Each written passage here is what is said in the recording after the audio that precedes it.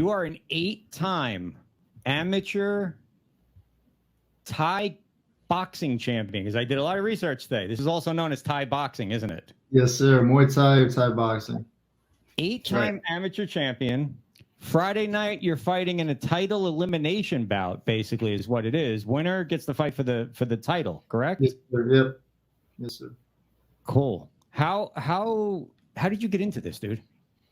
So I was 14 with some kind of dumb friends. We were at the mall, and one of my friends started hitting on some girls in front of their boyfriends, these giant football players and wrestlers, and they surrounded us, and they were trying to tell us they're going to knock us out or stomp us or kill us and stuff. And me and my one friend Kareem, we were the smallest. We were like, well, we gotta learn how to fight, so if that happens again, we know how to at least defend ourselves and not get knocked out or killed or something. So yeah, we looked up like best martial arts. We saw Muay Thai on YouTube, and we found a gym real close by near USF and started. And he fell off because he got real into drugs and drinking and stuff, and he had to deal with that. But yeah, I stuck to it, and I've always dreamed of being a world champion. That's what I'll do one day.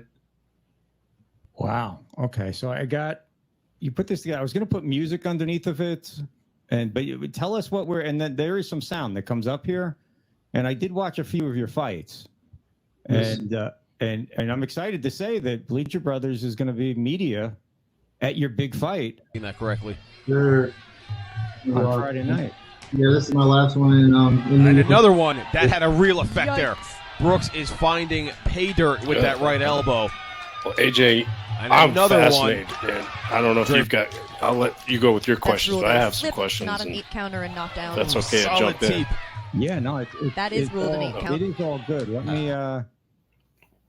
What? So, are you holding a title right now? Let me bring that down for a minute. I'll bring it back. Are you holding a title now? I've got all 8 of them. Nobody's ever challenged me for them. I don't know why. It's been hard for years for me to get opponents. When I was 17, I had a fight right after I turned 17, and it took me a year and a half to get another opponent. I went through they're called fight camps. So 6 to 8 weeks at a time. You got to go real hard, diet, train, run every day, and just lose a bunch of weight for the fight. And a year and a half, I couldn't get a single opponent. I had, I think, 20 opponents scheduled with 12 or 13 dates, like 12 fights scheduled, 13 fights scheduled.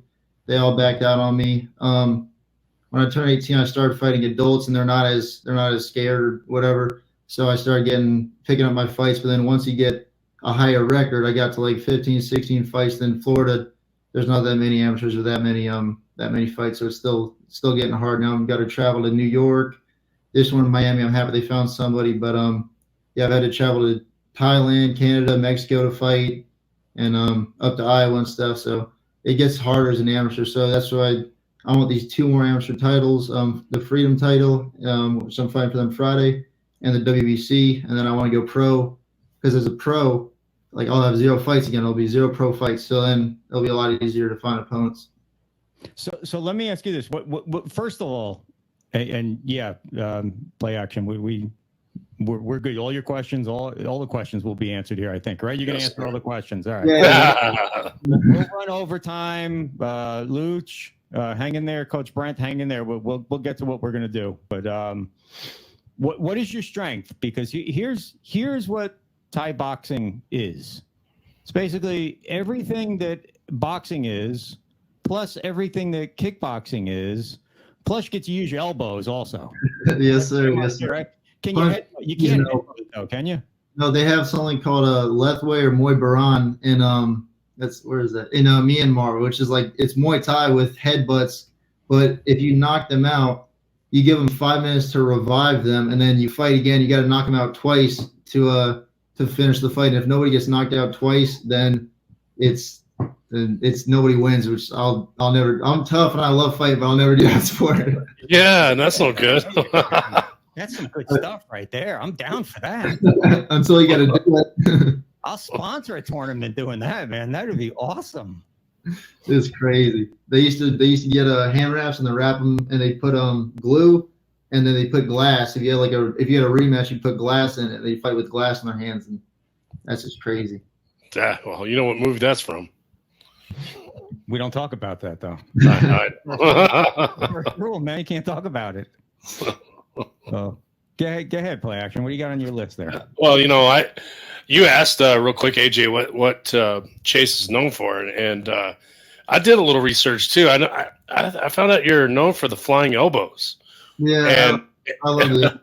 and there's a great video. I hope maybe if AJ wants to see it, just phenomenal. Where it looked like a roundhouse barrage of elbows, refs throwing you off. And isn't it true? Like in international tournaments and such, you can't clinch, you can't use the elbows. Am I wrong? Or In Muay Thai, in Muay Thai rules, you can clinch an elbow all the time, unless they modify. Sometimes they'll do modify where like no elbows or no clinch. Or with kickboxing, sometimes I've fought kickboxing. There's real limited clinch. Where you can only grab the back of the head with one hand. You can throw like one knee and then you break, and that's just the differences with kickboxing and Muay Thai.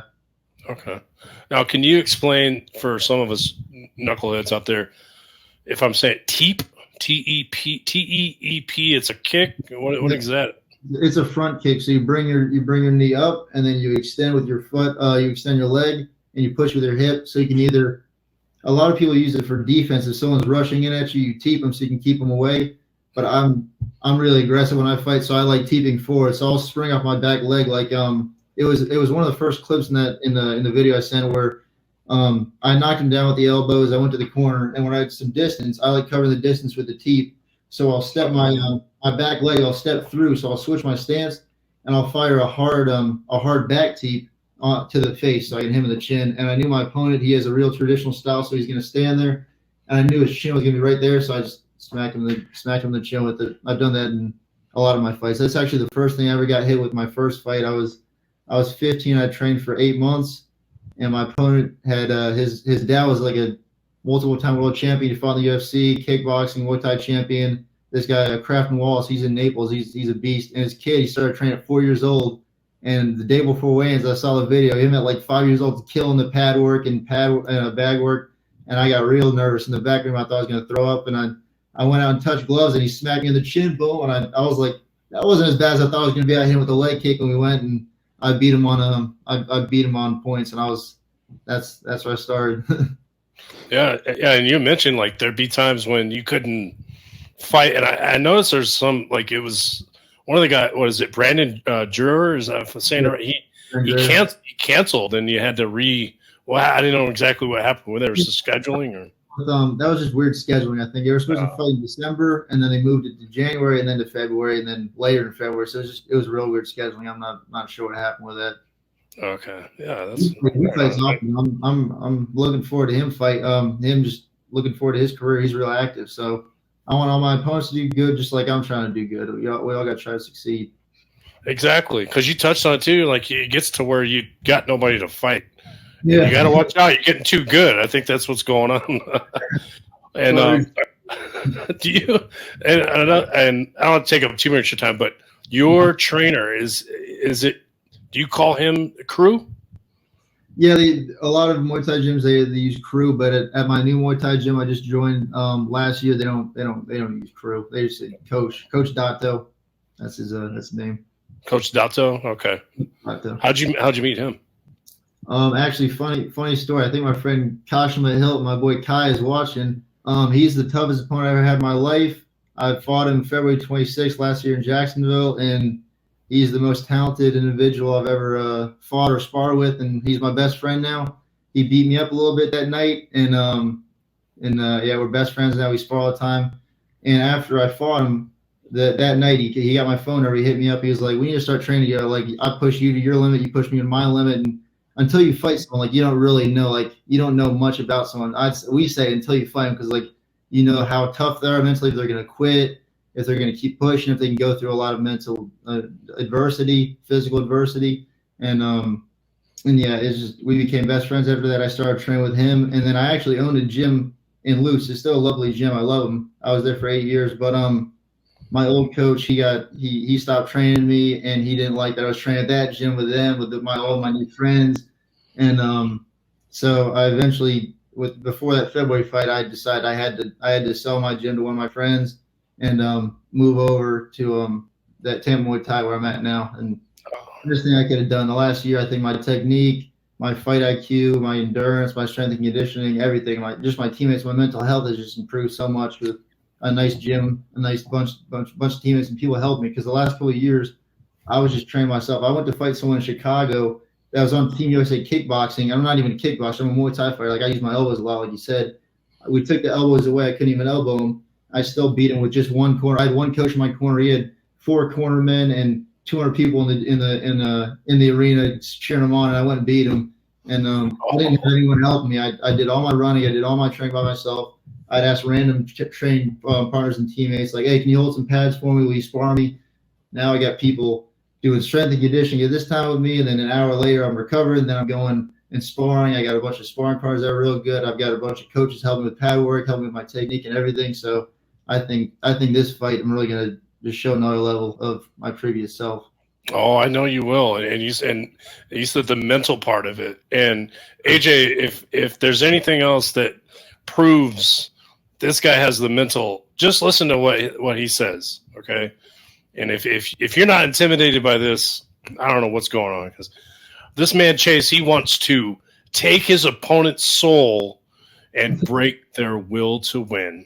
You got to, because if you don't, they're going to do it to you. Like, that's a lot of people always talk about, oh, I want to score some points in my fight. I've never once ever thought about scoring a point, because if I do enough damage over 3 or 5 rounds, I'm going to win, because the judges are looking at who's doing more damage. It's a fight. So I'm not thinking about, oh, let me land this little pity pat, little strike. I'm trying to cause as much damage as possible, because if I don't do it to them, they do it to me. Like one of my fights, I flying kneed a dude. It was he ducked into a knee. I was trying to throw a knee to the body, ducked into. I caught him in the temple, and he was laying on the ground, his face all messed up and stuff. But if he had done that to me, he would have, and he would have been happy about it. So I was just happy I did it to him before he could do it to me. Because I mean, it's even as an amateur, there's high level amateurs out there that have done it for years, and they can cause massive damage. I've broken people's ribs and orbitals, jaws. I mean, broken ribs. I mean, noses, all of that. Like, cut people. It's even as an amateur, it ain't like you're just playing around. So do you this is like, I'm a big fight guy, dude. I'm a big boxing guy. Let me say that. I'm a huge boxing guy.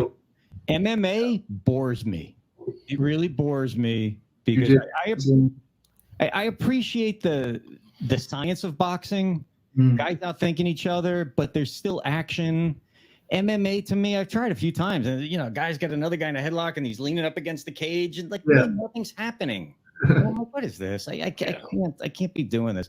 I love, obviously you love guys like Tyson. I mean, I hated Tyson at the time. I couldn't stand Tyson. I just wanted somebody to come and clean his clock. But now I look back, and it was like, God, I used to spend.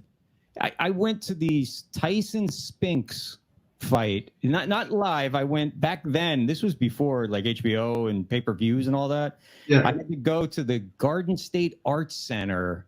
They called it closed circuit. I think we paid $150 a ticket.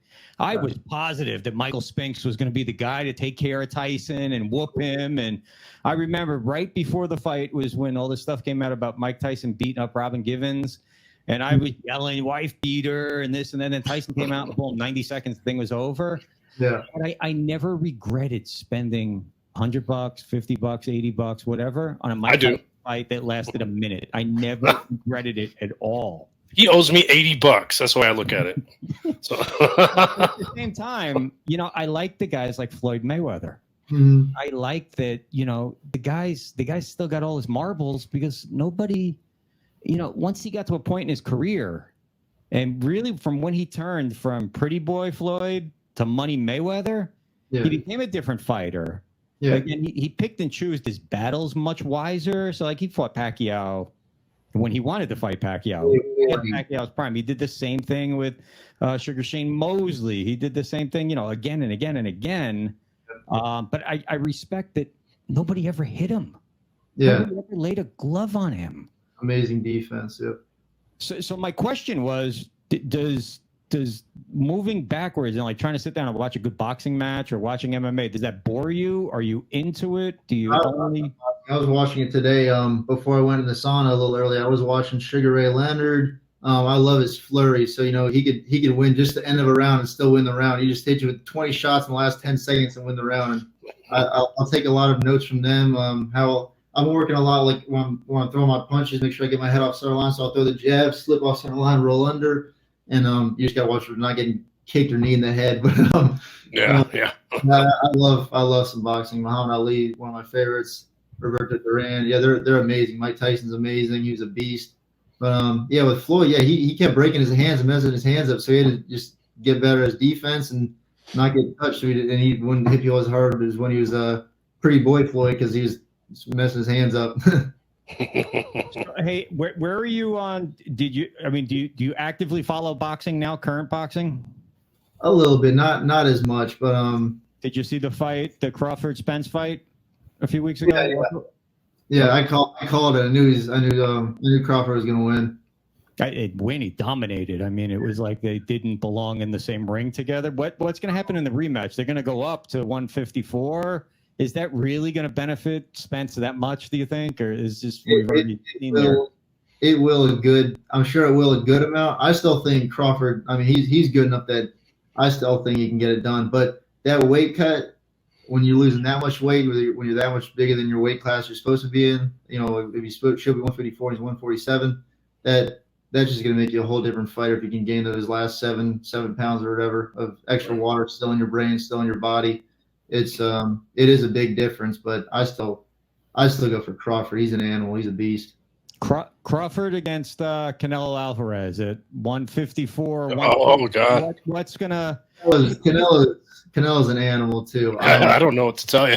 I think Crawford looked like the greatest fighter in the history of fighters in that fight against Spence. I mean, there's no way to call it any other way. Yeah, he looked amazing. But I might have to go for Canelo, because I mean, only people who beat him were that what's his name? What's the Russian? Biz, what's the name? Yeah, the guy who we just lost to recently. But actually, the only guys that he's lost to officially were that guy and Floyd. Yeah, Floyd. Unofficially, I saw Triple G beat him twice. Yeah. I saw Lara beat him once. Mm. So, for whatever, the De La Hoya took care of everyone a long time ago. And even though they're not together anymore, I guess De La Hoya paid enough that Canelo still keeps getting the and so It was great though. So let me tell you this. Here's the problem with the Thai boxing. All right. Yeah. You really got to search to find anything on this. Even your fight Friday night. I know about it. I know where it is. Mm-hmm. And maybe play action. We need to become Thai boxing promoters. Yes, we should. And I love there's movies. If you don't know Ong Bak 2 with Tony Jaa.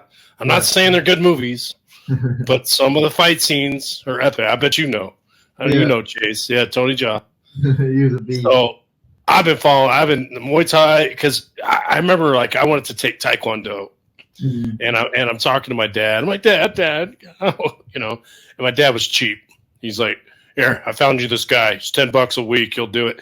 And it was like Aikido, right? And I'm like, oh, Dad, it's not Taekwondo, And he's like, no, they call it Taekwondo. You don't want to do that one. He's like, yeah, so. Did you get the guy from Napoleon Dynamite come out to do your karate training for you? I know. No, of course not. But yeah, Muay Thai, when I saw Tony Jaa, I'm like, there ain't no way I could do that. Yeah. No way. My next opponent Friday, he throws some crazy spin kicks and stuff like Tony Jaa, that crazy stuff. I'm just going to try to avoid all that, be too fast, and not get a heel with my face.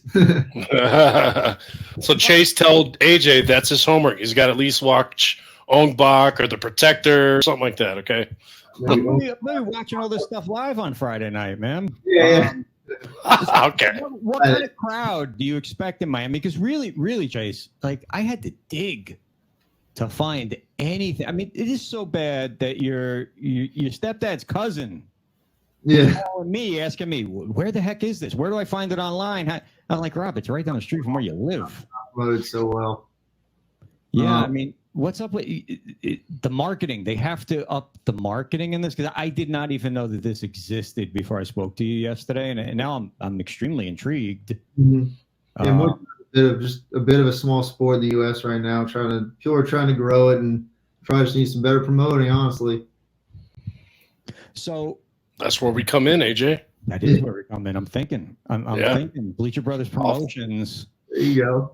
You could be like Oscar De La Hoya. You look a little bit like him. Can you drink and put on fishnet stockings and high heels? He's way smarter, AJ, than Oscar. Come on. No, I'm talking to you, play action. I'm not talking to him. I'm talking to you. I'll talk it. Oh, okay. Yeah. I'm talking De La Hoya, the promoter, not De La Hoya, the boxer. All right. There you go. All right, I get it. So going professional, how much exposure is there professionally? Do you have to go to Thailand to do it? Because I know that this is like the official sport of Thailand, and there are certain days. March 17th, I think, is the day. Yes. See, I stuff things. So it would never work for me because I'm Irish. I'm just coming out of my hangover from St. Patty's Day. Wait a minute, when is St. Patty's Day? That's the day before St. Patty's Day. Or that is St. Patty's Day. St. Patty's Day. This is not going to work. You're going to have to. Yeah, we have to move it. Can you consider ditching the elbows and just becoming a regular boxer? Because then I can work with you. We can definitely promote you then. That's terrible. Maybe I'll get into boxing someday. Maybe. Where's the money? That was what I was going to ask. Where is there money in professional Thai boxing or not so much? The goal is to get to one championship or glory kickboxing. I mean, I could be a good kickboxer too. I've got good footwork, and if I just don't elbow people, I can be a kickboxer as well. Glory kickboxing pays pretty well, and one championship, and they're based in Singapore in Thailand. They pay well and they treat their athletes really well. They got Demetrius Johnson came over from the UFC over there, so that says a lot. He's one of the best fighters pound for pound. Oh, really? Yeah, in the UFC of all time. Never knew that. Okay. Yes, sir. They traded him for Ben Askren, who got slammed on his head by Robbie Lawler and then flying knee by Jorge Masvidal and retired. So that was a bad trade. So Freedom title is next. That's what's coming. And I know you got that. Yes, sir. Where do people find you online if they want to follow you? Just I got Instagram, Chase_Brooks1, and I'm starting a little YouTube. It's like TMT Chase 1, but I don't really post on that yet. I'm gonna start posting on it. But TMT, the money team? no, Tampa Muay Thai. All right. Floyd may have a problem with that. Would you accept a fight with Floyd, like one of these exhibition fights? Maybe like you get a YouTuber in there too, and if I could punch, kick, knee, and elbow, I'm sure. That's for when he's older, man. When when he's my age and he's trying to, no, AJ.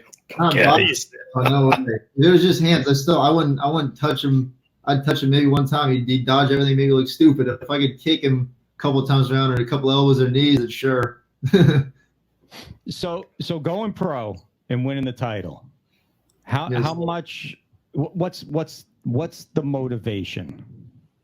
I've always wanted to strive to be the best whenever I do. I started rock climbing when I was 7 years old. I did it 7 days a week. I was in the gym climbing. I did competitions all over Florida. I'd go to Georgia and climb outside and stuff. And when I started rock climbing, I started Muay Thai. Sorry, I just dropped rock climbing completely just to focus on Muay Thai. And now I'm training Muay Thai 7 days a week, all day when I'm not working. I mean, I wake up at 5 a.m. and run between 4 and 6 miles, and then I go work 8 hours, and then I go and train for 3 or 5 hours at the gym. My trainer's got to kick me out or tell me you got to rest. You got to rest a little bit. You got to stop lifting the weights. You got to stop doing the sprints, the bike sprints. You got to stop doing the bag work. No more sparring rounds. No more pad work rounds. So I've just always I wanted to be the best at whatever I do, and I've always thought how you do anything is how you do everything. So I want to be if I'm doing it, I'm putting so much time into the last 9 years. I want to one day be the best at it. Damn right. So what's your prediction for your fight on how is that? I told you this play action before we started. I'm having all kinds of technical issues. I sound good to you guys, correct? Right now? Yeah, pretty good. Yeah. When it doesn't come through. So everyone's texting me saying, turn your mic up, but my mic can't be turned up anymore or the board is going to explode. But is that somebody say yes or no? Can you hear me any better or not better or, yeah, we can't do that. Joe, that sounds good to me. Thank you, Don Juan. What's your prediction on Friday night? What's your game plan? What's your prediction? Can you not tell us the game plan? Oh, no, that's good. I'm gonna first round. I think I'm gonna feel him out, and see. I want to see if he's gonna throw any of his spin kicks. I don't want to get a heel kick to the head or a spinning heel kick to my body, and drop me the liver shot or smack me in my ribs.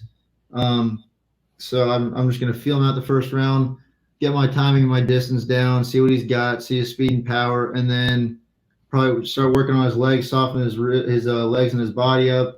See if I can land on his chin a little bit, and maybe test his clinch, and see if I can land some elbows, start rattling a little bit, hurting him.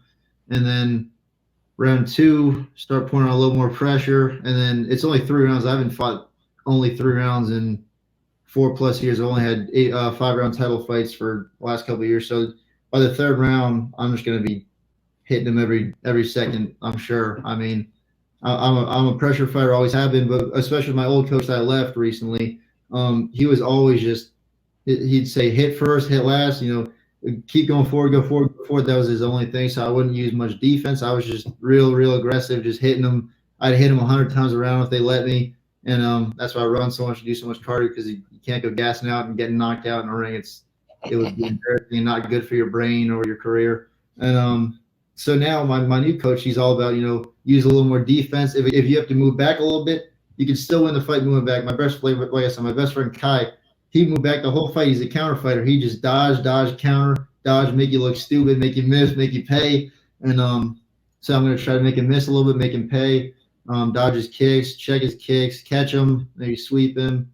I think I'm going to be way too fast for him and just too fierce. I think I want to win more than he does, and I've trained so hard the last 9 years, especially the last 6 weeks. I mean, I've pushed myself to my limits. We've done so much strength and conditioning. My hands are feeling heavier than ever. I think we're going to hit him with some real heavy punches. And like I said, my speed is I'm feeling real fast right now. So here's the biggest question that everyone wants to know. Yeah. Saturday morning, or not even Saturday morning, Friday night, fight's over. What are you eating? I've got probably a 20-pound suitcase full of dried mango, protein shakes, protein bars. I got some candy, but I'm focusing this one like a lot of like a little lower calorie, like rice cake chips and some rice cakes with peanut butter. I used to, and like before this fight, I was 184 pounds like 7 weeks ago, and right now I'm 159. And tomorrow I'll be 154, so that's 30 pounds I had to lose. I got my nose broken a couple months ago sparring some Ukrainian world champion, so I knew I was going to be out for the loss. I was eating a little more. And I got COVID, so I was still eating a little bit. I got a big sweet tooth. And but now after this fight, I really want to stay like just dialed in, get myself back to like 172, 173, but then get my weight right back down so I can fight for either the freedom title real soon or the WBC, because as a fighter, I'm not getting any younger, and I got to take all opportunities I can. But I'm definitely going to have my friends bringing me the mini unwrapped starbursts. I don't know if you ever had them. They're so good. Yeah. Ice cream, some dried mango, Yeah. a burger. Can't wait. I can't wait. Well, you mentioned now you have some, guys around you that are truly training you. What about a nutritionist? Is that in there as well? Honestly, I've been fighting with my coaches on it. There's a nutritionist in Australia that's helping a lot of my teammates and other fighters, and some of our coaches are like they're paying him to help them.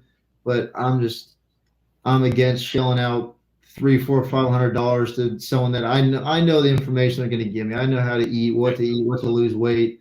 And my friends got the programs and stuff, so they just send me their programs for free. So I get it. So I love it.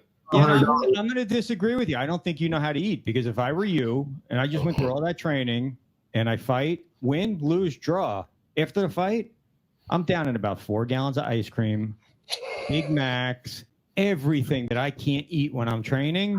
I'm putting that whole 30 pounds back on immediately after the fight. I always do it. I always do. I'll gain 25, 28 pounds within 2 or 3 days, but I'm just trying to not do it this time because losing all that weight is not as fun as it's not so fun. It's better to just stick to a decent weight and stay decently lean so I can keep my heart training up. But yeah, I know how to eat real good. My friends would all tell stories about we went to get Chinese buffet and they basically had to tell me to leave because I had like 10 pounds of chicken and I had these little pink desserts. I had like 80 of them and all these cookies. They're like, hey, you gotta get out of here. It's about time.